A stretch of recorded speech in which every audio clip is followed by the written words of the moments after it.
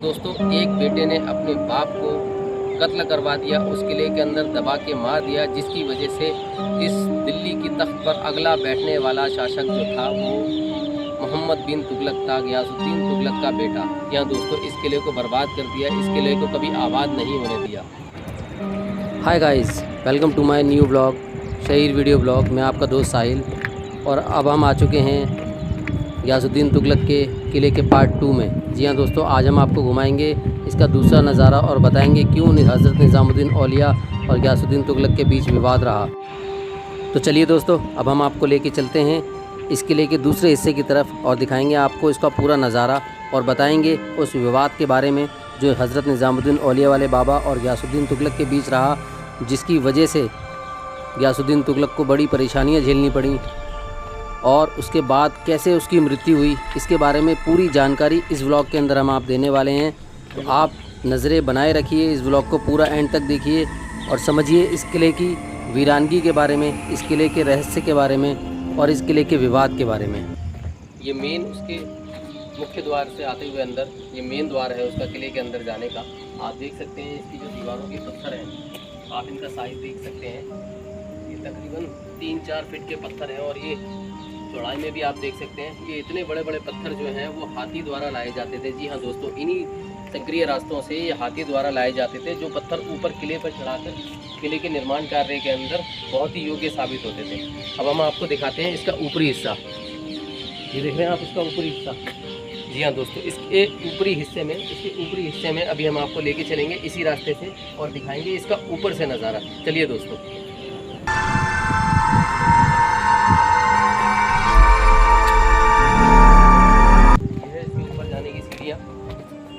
यहाँ से इसके किले के ऊपर वाली सतह पे जाने का रास्ता बना हुआ है। ये सीढ़ियाँ इस रास्ते बनी हुई हैं। आइए,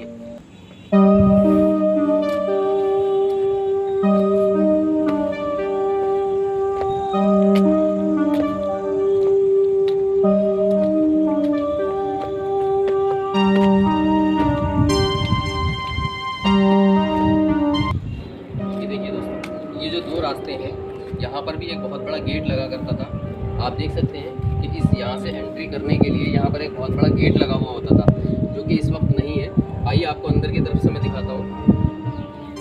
ये देखिए, ये जो वो दो रास्ते हैं, यहाँ सैनिक बैठा करते थे।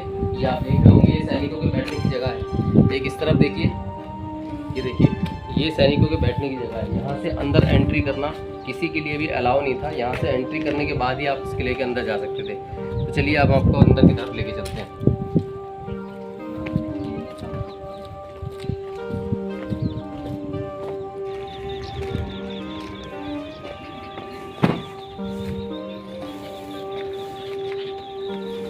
देखिए दोस्तों, ये भी एक मुख्य द्वार हुआ करता था। ये किसी का एक बेडरूम टाइप, एक सोने की जगह बनाई हुई है। अंदर ये देख सकते हैं, ये छोटा सा ये बनाया हुआ है। ये पूरा जैसे एक कमरा, एक रिहाइश गृह जो होता है रिहाइश करने के लिए, एक छोटी सी कुटिया टाइप की ये बनाई हुई है। इसका ये दरवाज़ा मुख्य दरवाज़ा है, जिसकी ये दीवारें जो हैं तकरीबन 3-3 फीट चौड़ी हैं। ये यहाँ से पूरा ये गलियारा जो उसका बना हुआ है, ये पूरा गलियारा बनाया करके तो इस तरीके से बनाया हुआ है।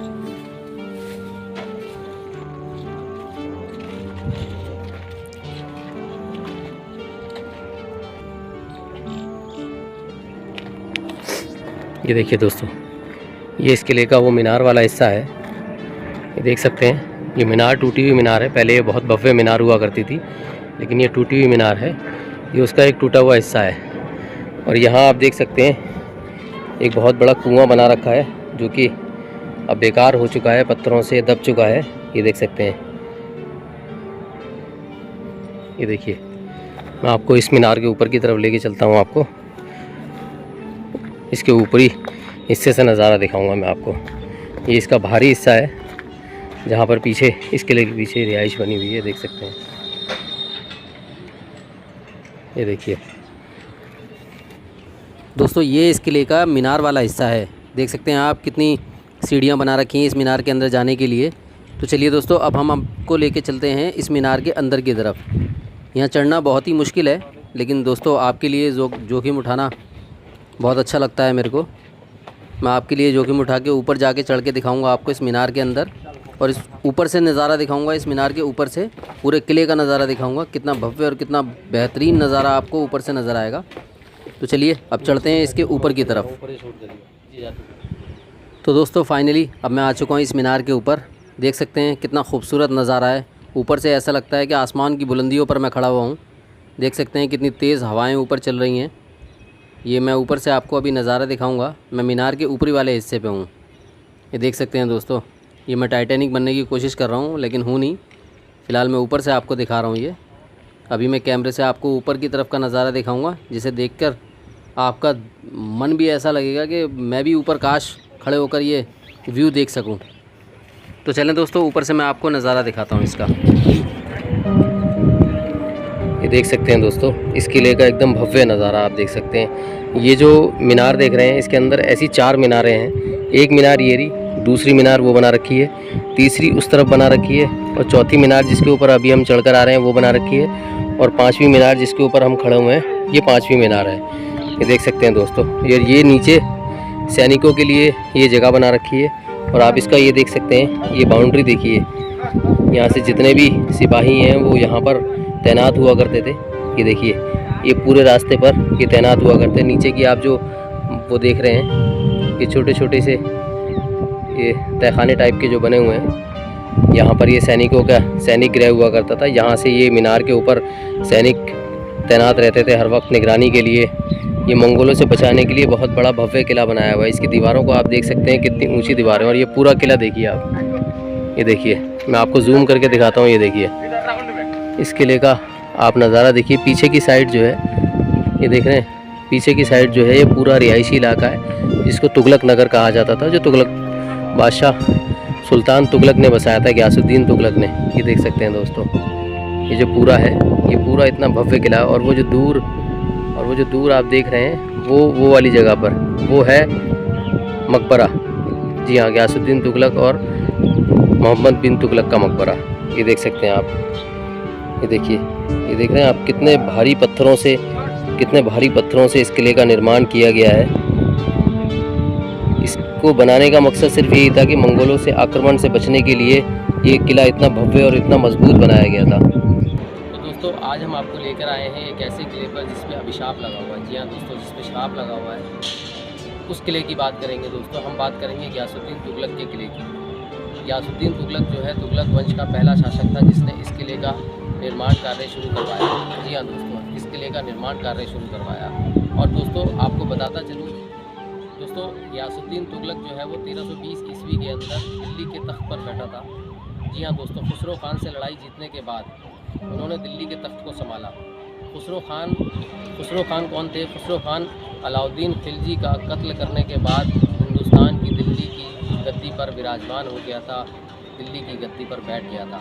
लेकिन गयासुद्दीन तुगलक ने आकर खुसरो खान को हरा जी हाँ दोस्तों, खुसरो खान को हराने के बाद गयासुद्दीन तुगलक ने ये गद्दी संभाली।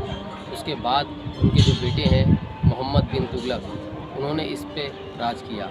तो दोस्तों हम बात करते हैं गयासुद्दीन तुगलक की। अलाउद्दीन खिलजी के ज़माने में गयासुद्दीन तुगलक जो हैं उनके गवर्नर हुआ करते थे और उन पर बहुत अच्छा भरोसा करते थे।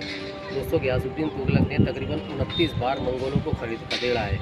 और ये जो किला इन्होंने बनवाया है ये सिर्फ इसीलिए बनवाया था क्योंकि वो मंगोलों से बचाव के लिए इतना बड़ा भव्य किला बनाना चाहते थे, जिसकी दीवारें और मीनारें इतनी ऊँची बनाई गई थी जो मंगोलों से संरक्षण दे सके, मंगोलों से उनको बचा सके। तो दोस्तों ये वो तुगलकाबाद का किला है। आप देख सकते हैं इसका पूरा निर्माण, पूरा भव्य नज़ारा आप देख सकते हैं। तो दोस्तों अब हम आ चुके हैं एक दूसरी मीनार पे, जो हमने आपको ऊपर से दिखाया था। ये दूसरी मीनार जो टूटी हुई मीनार थी उस वाले हिस्से में। चलिए दोस्तों अब हम आपको यहाँ से बताते हैं इसकी हिस्ट्री के बारे में, इसके अभिशाप के बारे में और हज़रत निज़ामुद्दीन औलिया के विवाद के बारे में।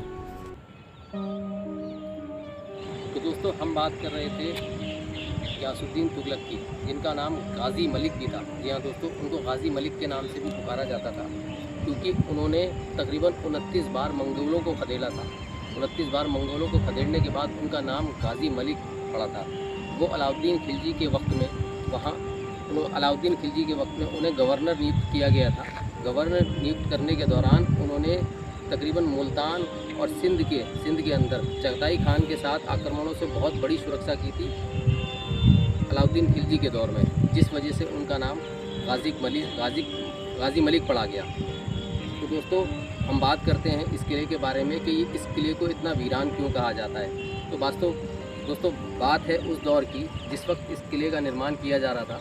गियासुद्दीन तुगलक जो है इस किले के अंदर राज नहीं कर पाए। उन्होंने इस किले का निर्माण 1320 के अंदर शुरू किया। जब वो 1320 के अंदर सुल्तान की गद्दी पर, हिंदुस्तान पर, दिल्ली पर उन्होंने शासन करना शुरू किया 1320 ईस्वी के अंदर, तभी से दोस्तों इस किले का सपना, इस किले की सोच उनके दिमाग में थी।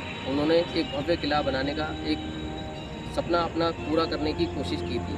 तो दोस्तों गियासुद्दीन तुगलक ने जब इस किले का निर्माण करना शुरू किया, उस दौरान उनका एक बंगाल का दौरा शुरू हुआ। बंगाल के दौरे पर वो जाते वक्त इस किले के निर्माण के लिए अपने जितने भी गवर्नर थे उनको नियुक्त करके गए थे ताकि वो इस किले का निर्माण अच्छे तरीके से करवा सकें। लेकिन जब वो बंगाल के दौरे पर था, उस दौरे के अंदर उसको ये पता चला कि इस किले का निर्माण जो है वो निर्माण कार्य रुक गया है, बहुत धीरे चल रहा है। जब इसके बारे में उसको जानकारी मिली, उसने इसके बारे में पूछा अपने गवर्नर से, तो उनके गवर्नर ने एक बात बोली कि दौरान हज़रत निज़ामुद्दीन औलिया दरगाह की बावरी का भी काम जारी था। जी हाँ दोस्तों, इसी दौरान इस किले का निर्माण हो रहा था और वहाँ पर हज़रत निज़ामुद्दीन औलिया की बावरी बन रही थी, जिस बावरी का निर्माण कार्य शुरू हो चुका था। तो दोस्तों जिस तरीके से गियासुद्दीन तुगलक हज़रत निज़ामुद्दीन औलिया से बहुत ज़्यादा खफा रहते थे, बहुत ज़्यादा गुस्से में रहते थे, उनसे हर वक्त मतलब एक चिढ़ रखा करते थे। तो दोस्तों उन्होंने अपने कारीगरों को ये मना किया कि आप निज़ामुद्दीन की बावरी बनाने कोई भी वहाँ पर नहीं जाएगा। अपने गवर्नरों को उन्होंने नियुक्त किया और कहा कि निज़ामुद्दीन की बावरी बनाने वहाँ पर कोई भी नहीं जाएगा। लेकिन उनके किसी भी कारीगर या गवर्नर जो भी उस वक्त के बनाने वाले थे, उन्होंने ये बात नहीं मानी और वो रात को चोरी छुपे इस किले का निर्माण कार्य छोड़कर निज़ामुद्दीन की बावरी बनाने के लिए जाया करते थे। क्योंकि हज़रत निज़ामुद्दीन औलिया के सारे जितने भी लोग थे, चाहे वो कारीगर हों चाहे वो और लोग हों, वो मुरीद हो गए थे। इस वजह से वो अपनी मोहब्बत में, अपनी शिद्दत में वहाँ पर जाया करते थे उस बावरी का निर्माण करने के लिए। तो दोस्तों उस दौरान गियासुद्दीन तुगलक जो हैं वो बंगाल के दौरे पर थे। उन्हें ये जब बात पता चली बंगाल के दौरे पर कि उस किले का निर्माण जो है अभी पूरा नहीं हो पाया है, तो उन्होंने वहाँ से एक गवर्नर को एक चिट्ठी लिखकर भेजा और कहा कि सारे कारीगरों को सख्ती से मना करा जाए और कहा जाए कि ये उस बावरी का निर्माण कोई ना करे। लेकिन उनके कारीगर ने या किसी ने भी इस बात को नहीं माना और उस बावरी का कार्य होता रहा। उस किले का कार्य जो है वो बहुत धीमे चलने लगा। तो दोस्तों उन्होंने बाद में हज़रत निज़ामुद्दीन औलिया वालों को एक ख़त लिखकर भेजा अपने गवर्नर के साथ और उनको बोला कि आप इस जगह को छोड़कर चले जाइए, आप यहाँ से चले जाइए, अपना ये जितना भी राजपाट शासन जो भी है उसको लेके आप यहाँ से चले जाइए। लेकिन निज़ामुद्दीन औलिया वालों ने वो बात नहीं मानी और उन्होंने बोला अंजूर दिल्ली दूर अस्त है। इसका मतलब है कि दिल्ली अभी दूर है। जी हाँ दोस्तों, इसी तरीके से उनका जो बावरी का काम है वो निर्माण पे चलता रहा। गियासुद्दीन तुगलक ने अपने गवर्नर को बोला कि निज़ामुद्दीन औलिया वालों को किसी भी तरीके का तेल ना दिया जाए जिससे कि वो अपना चिराग रोशन ना कर सकें और बावरी का काम अंधेरे में ना हो सके। क्योंकि उनके कारीगर जो है अक्सर दिन में यहाँ पर काम करते थे और रात में बावरी का काम करने जाया करते थे, तो वो लालटेन की रोशनी में ही काम करा करते थे। लेकिन जब गियासुद्दीन तुगलक ने तेल देने से मना कर दिया तो निज़ामुद्दीन औलिया वालों के चमत्कार से उन्होंने पूरी बावरी का पानी तेल के अंदर तब्दील कर दिया। जिस तेल को भरकर वो अपनी लालटेन में भरा करते थे, उसके बाद उसका निर्माण कार्य रात में किया करते थे, जिसकी वजह से वो बावरी की तामीर हो सकी। और उन्हीं निज़ामुद्दीन औलिया वाले बाबा ने, उन्होंने वो जो पीर थे, उन्होंने एक बद्दुआ गियासुद्दीन तुगलक को दी। उन्होंने गियासुद्दीन तुगलक को एक बद्दुआ दी कि देख मेरे यहाँ हमेशा रोशनी रहा करेगी, मेरे यहाँ हमेशा चिराग रोशन हुआ करेंगे और तेरे यहाँ हमेशा अंधेरा रहा करेगा। वहाँ पर गाय बकरी भैंस वगैरह चरा करेंगी, लोग वहाँ पर गंदगी फैलाएंगे और उस किले को हमेशा अंधेरों के अंदर ही रहना पड़ेगा।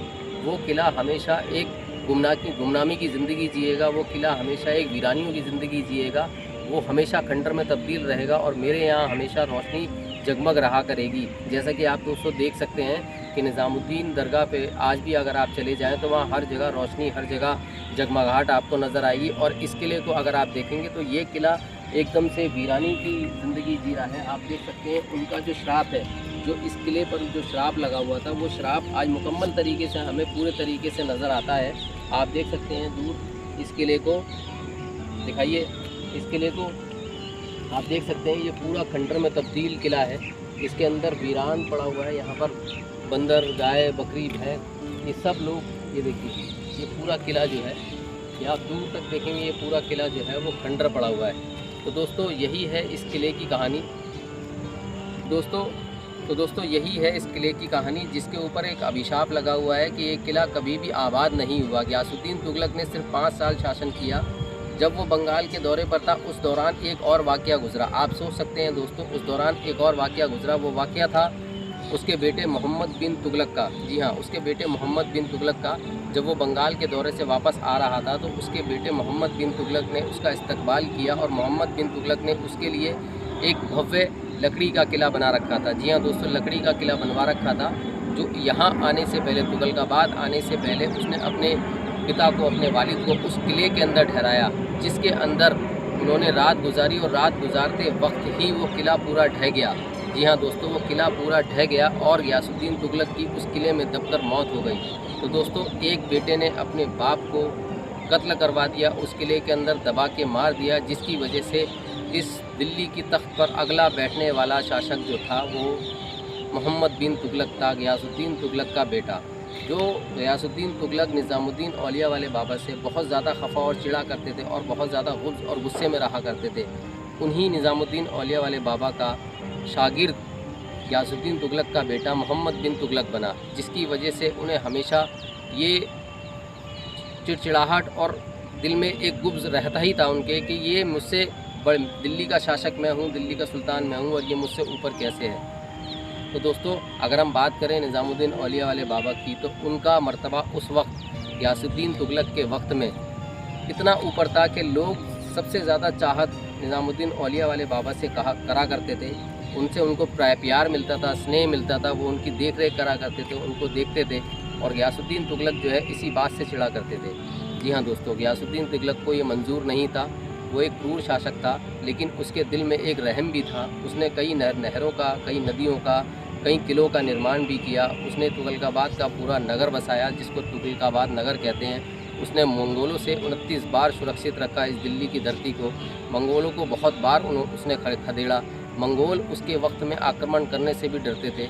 ये कुछ उसकी तुगलकाबाद के किले में जो गयासुद्दीन तुगलक हैं, ये उनकी कुछ खासियत थी, जिसकी वजह से उनको अच्छाइयों में भी जाना जाता है और बुराइयों में भी जाना जाता है। तो दोस्तों आप देख सकते हैं कि किस तरीके से हमने आपको ये बताया कि गयासुद्दीन तुगलक की मृत्यु कैसे हुई और गयासुद्दीन तुगलक और निज़ामुद्दीन औलिया वालों का क्या कनेक्शन है, जिसकी वजह से ये किला जो है वो आज भी खंडर है, आज भी वीरान है, ये कभी आबाद नहीं हो पाया। जी हाँ दोस्तों, ये कभी आबाद नहीं हो पाया। इतने बड़े किले का सुख कभी भी गयासुद्दीन तुगलक जो है वो नहीं भोग पाया। गयासुद्दीन तुगलक ने अपने राज के अंदर, अपने शासन के अंदर अपने नाम के चांदी के सिक्के भी हैं, उसको टका बोला करते थे। जी हाँ दोस्तों, उसको टका बोला करते थे। अपने नाम के सिक्के उसने टके के रूप में चलवाए थे। तो दोस्तों आप समझ सकते हैं कि गयासुद्दीन तुगलक इस किले का निर्माण करने के बाद इस किले का सुख भी नहीं भोग पाए। ये किसी का अभिशाप ही था, ये किसी की बद्दुआ ही थी जो इस किले को खा गई। जी हाँ दोस्तों, इस किले को बर्बाद कर दिया, इस किले को कभी आबाद नहीं होने दिया। तो दोस्तों कैसा लगा आपको ये सफ़र? तो दोस्तों फाइनली हम इस ब्लॉग का एंड करते हैं। आई होप ये ब्लॉग आपको पसंद आया होगा, हमने जो जानकारी दी है वो आपको अच्छी लगी होगी। तो दोस्तों अगर ये जानकारी आपको अच्छी लगी, ये ब्लॉग आपको अच्छा लगा, तो प्लीज़ हमारे ब्लॉग को लाइक कीजिए, सब्सक्राइब कीजिए। और जो लोग देखने के बाद भी सब्सक्राइब नहीं कर रहे हैं तो प्लीज़ मेरे चैनल को सब्सक्राइब कीजिए और अपनी दुआओं में याद रखिए। और मेरे इस चैनल को, इस ब्लॉग को ज़्यादा से ज़्यादा शेयर कीजिए दोस्तों, ताकि मैं आपके लिए आगे बहुत सारे ब्लॉग लेके आ सकूँ। जय हिंद, अल्लाह हाफिज़ दोस्तों।